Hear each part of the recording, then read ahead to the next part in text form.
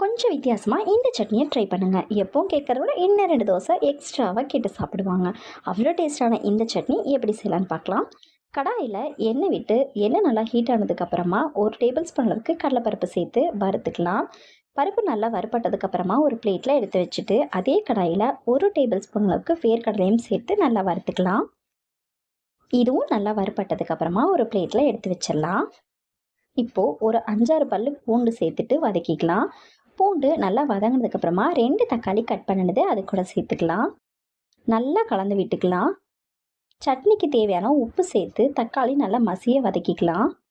ஒரு கொத்து கருவேப்பிலை, 1 ஸ்பூன் சீரகம், காரத்துக்கேற்ப வரமிளகாய் சேர்த்து நல்லா வதக்கிக்கலாம்.